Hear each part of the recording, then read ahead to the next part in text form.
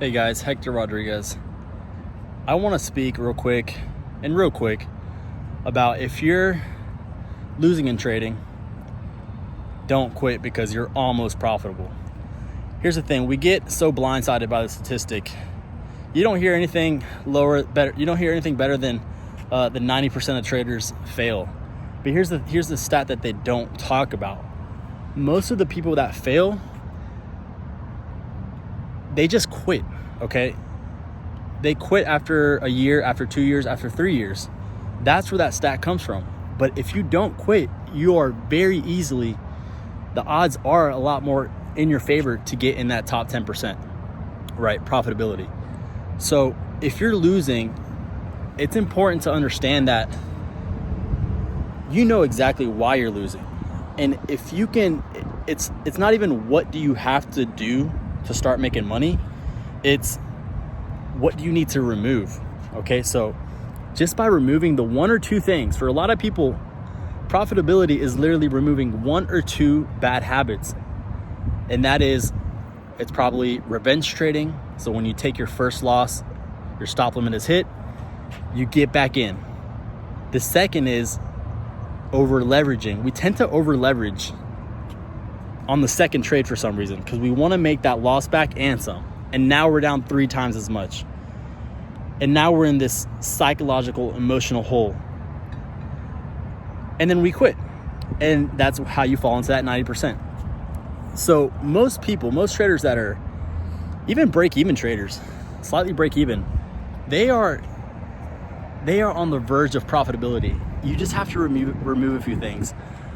I'll name a few other things that are not as common as just revenge trading and over leveraging. So trying to catch falling candles. So if you're trying to get a demand push, you're trying to go in for a buy, you're trying to catch these huge bearish engulfing candles to the downside. You're trying to catch the bottom. And it's just, I would argue that less than 5% of the time you'll actually catch the bottom, and now you're immediately in a huge drawdown. And then what's the other thing you do on that situation? Oh, it's gonna keep going down, I'm just gonna average in. So you get in as it keeps going down and you're in a loss, you just add more position and then it just keeps going. So these are things that I did. I'm mentioning this from my own experience. I did these things. I occasionally still do these things. I need to realize that if I just remove those things, I'll be profitable, okay? So I'll go back to the beginning. It's not what you need to do. There's hundreds of proven strategies, okay?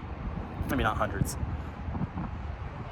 Okay, online. Once you learn the strategy and you get the technical down and you get familiar with candlestick behavior and momentum and volatility and your kill zones, you know what time of the day you're trading. Once you get that and you find a mentor that's profitable and shows you the strategy and you're able to even maybe follow their trades in the beginning until you get real comfortable, all you have to do is remove a few things, okay? For a lot of people, it's just one or two things. You're revenge trading when you take the L. You just simply cannot accept the loss. You just simply cannot go on with your day unless you get back to at least break even, okay? And you need to understand that once you take that loss, it's not the end of the world. You need to get into this bigger picture, long-term mindset that we're not trying to trade to make money for the next year or two. We're trying to do this for a long time, 10, 15, 20 years into the future. So when you shift your mindset from how much money am I going to make this month, this quarter, to how much money do I plan to, what range am I interested in, what kind of money do I want to make in 10, 15, 20 years, that small loss that you took today becomes so insignificant because it doesn't matter. And the loss is great because you know exactly why you lost as soon as you did it. You're like, crap, I revenge traded. Man, I sized in as it was going down. I didn't wait for price to come back to my zone. You know exactly what you did wrong. And as soon as you can just jot that down, that's why journaling is so important. As soon as you jot down that mistake, you're like, okay, I'm not ever doing this again. And I find that when I don't do these things, I'm actually somewhat profitable. Okay? So just be patient. Look at things long term. Look at trading as a long-term thing, 5, 10, 15, 20 years into the future. Once you get that strategy and you slowly start to get that momentum, that ball rolling, just small wins, small consistent wins, trust me, it's gonna be a snowball effect. You're gonna be so confident, and you're gonna be like, wow, this feels amazing to be profitable, even break even, that I want to keep this feeling going. And you start behaving correctly.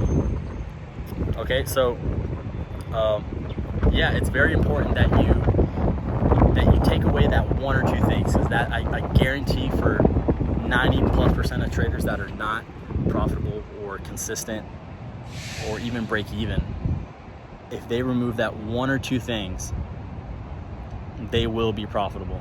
Okay, love y'all, peace out.